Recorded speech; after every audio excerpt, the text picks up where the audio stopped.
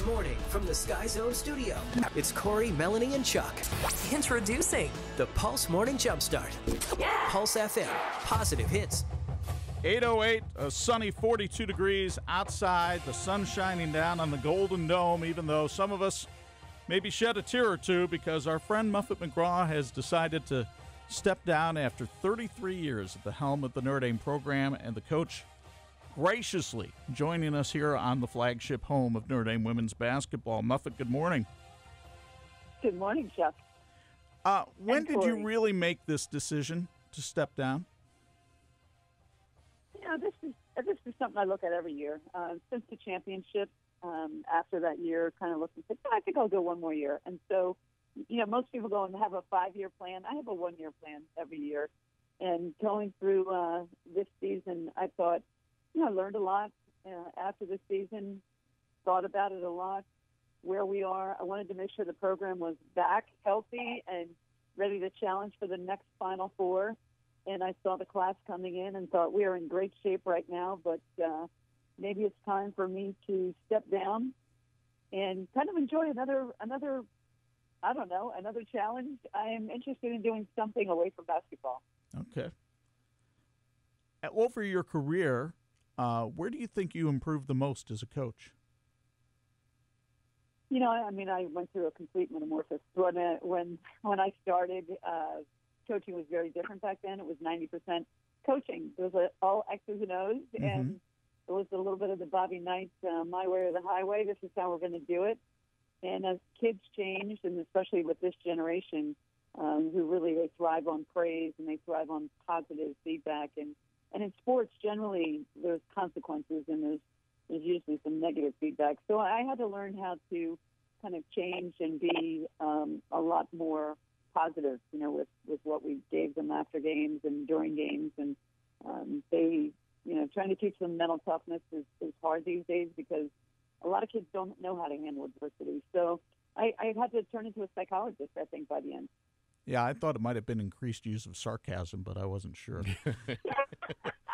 I got something for you, That Coach. is my native language.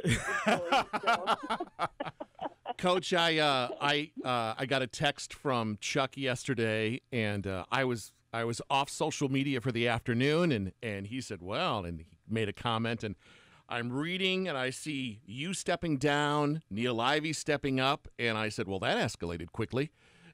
What an afternoon of unfolding, with social media and this pandemic that we're in. Was there more thought to stepping away, having this current atmosphere of giving yourself some time to think and breathe? I feel like I find myself thinking about my past, my current, and my future during all of this. Was that happening for you? Well, we've had so much more time to reflect and to really think about what's important in life. And I thought it was a great time for me to see what is retirement going to look like. So I kind of made the decision, but I wanted to sleep on it, and then it turned into a couple of weeks, and I wondered, how am I going to live without basketball? I'm kind of addicted to it. So it was nice. I had a full month without any basketball, and I really enjoyed it. And I'm enjoying doing food drives and getting out in the community, and I want to do more. And I think it's a good time to step away. What will you miss most about coaching?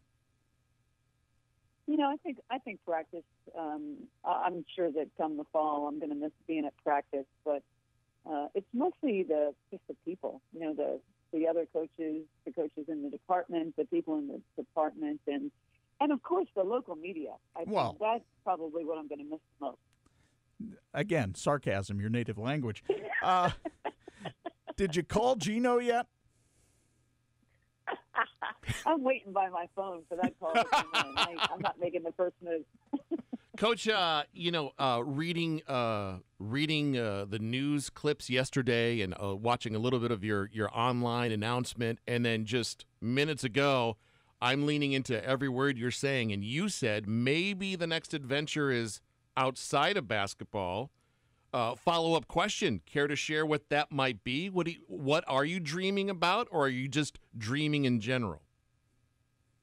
Well, I think that there's a lot of things that I would like to do, but initially I am going to stay on and still be part of the athletic department, helping Jack Swarbrick with some special projects and anything that he has. I would love to teach at Notre Dame. I think there's some new majors coming up with a sports management degree that I would love to get involved with. I've been approached about writing a book, which I would love to do something for women, a book that women could really kind of get some tips from. And, I'm open. I don't know if you guys have any jobs available there. I'm not really a morning person, but I think I could fill in. You're doing just fine this morning. You're making the rounds all right. What would you envision a course that you teach being? You mentioned sports management. Did we lose Sorry. her? Oh, yeah, we're here. Jack? Okay. What would you envision this course that you would teach at Notre Dame? What do you see that as? I think leadership would definitely be a part of it. Yeah. Oh, I think our phone signals are. Yes, it's back now. I'm Okay. walking around the house. No, you're fine. Okay, so the other thing I wanted to ask you is, I have to think, if ESPN has a brain in its head, they're calling you soon to ask you to do some commentary on women's basketball. Would that interest you at all? No, it really wouldn't. I really want to step away from the game. I've done it for 40 years, and I really think it's time for a new career path. Wow. How about third grade basketball coach volunteer? Does that do anything for you? No. I'm No. hoping for grandchildren to appear at some point. Maybe then I'll get back into coaching. There you go. And Murph, pressure's on.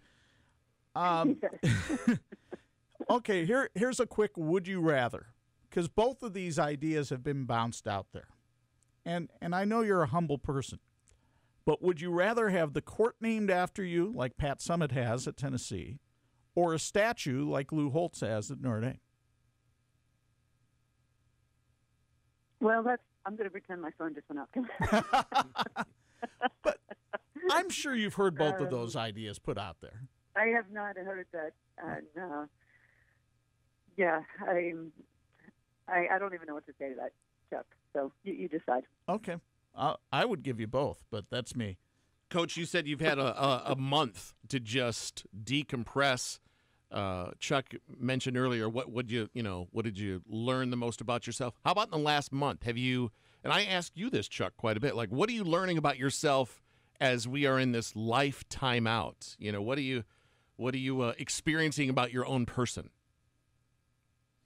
Well, I think I didn't know that I would enjoy the solitude as much. I am an introvert. I do like being around the house and not being out that much. So, and I enjoy being out in my garden, which I can't wait to get out there to do. But I've had a lot more patience. I think I've been more content than I expected I would be. I thought that I would always have to be moving and doing something, and I've started cooking. You love to see that.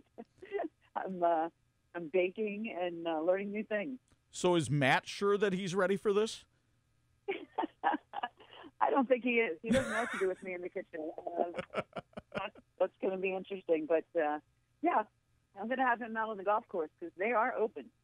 That is true.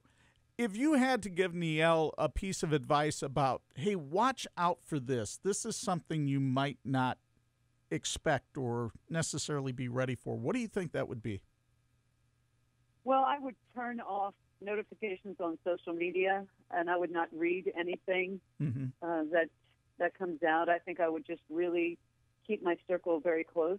I don't think she needs to be listening to anyone's opinions other than the people that she trusts and people that are surrounding her. How excited are you about Niele taking that position? I'm so thrilled. I mean, she has been just such a big part of our program, and she is so ready for this moment. So we've had to fight to keep her over the last few years, and of course last year losing her to the NBA was kind of a huge step up for her. So she's learned a lot and so anxious to get things going now. Do you remember, take me back to the recruiting process with her as a player. Do you remember, have you had a chance to kind of reflect on what you had to say or what it took to get her to come to Notre Dame?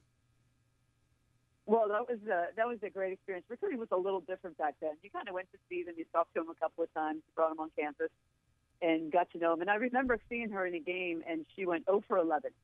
And I came away thinking to myself, like, God, I love that kid. I mean, defensively, she was aggressive, and, she was clearly nervous that I was there. And I thought that was kind of good, too, that she was nervous. But, of course, I would be there for her 4 years and hope that she wouldn't continue to be 0 for 11 and miss shots because I was watching.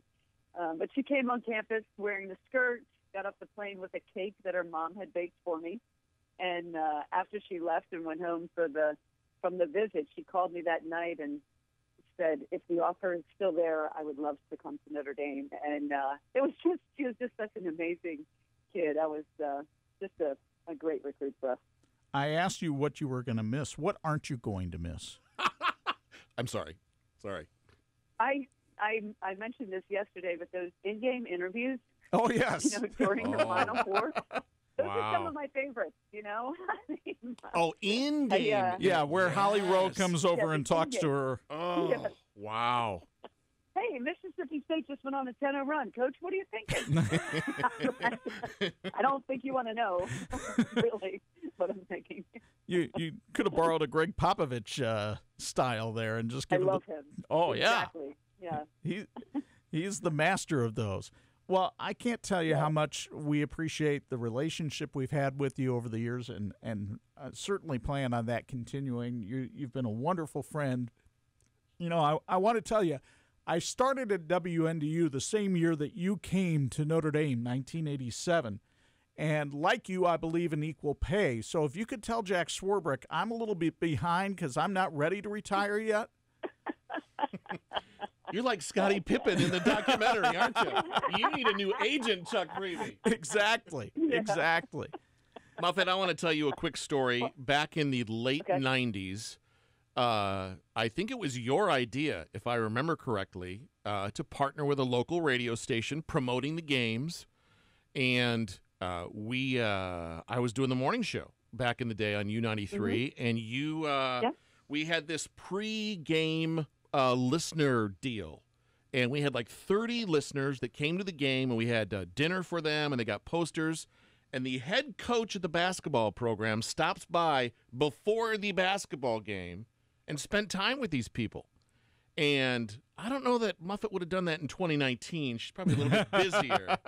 But that sold me that moment of you care about the fans, you still care about the fans, and that made a huge impact on me that day. I love our fans. And, I feel the same about you guys. You have been with me throughout my whole career, really, and just so many great relationships I've made with people in the community. But our fans are the best in the country. And make sure you continue to ride Bob Nagel to bring you chocolates, okay? Gotta have myself in chocolate. Exactly. Coach, we know you've got a lot of things to do this morning. We appreciate you making some time for our silliness. Well, this was the highlight of the day. I'm glad to get me started. Thanks a lot. Muffet McGraw, the outgoing head coach at the University of Notre Dame. The Morning Corny.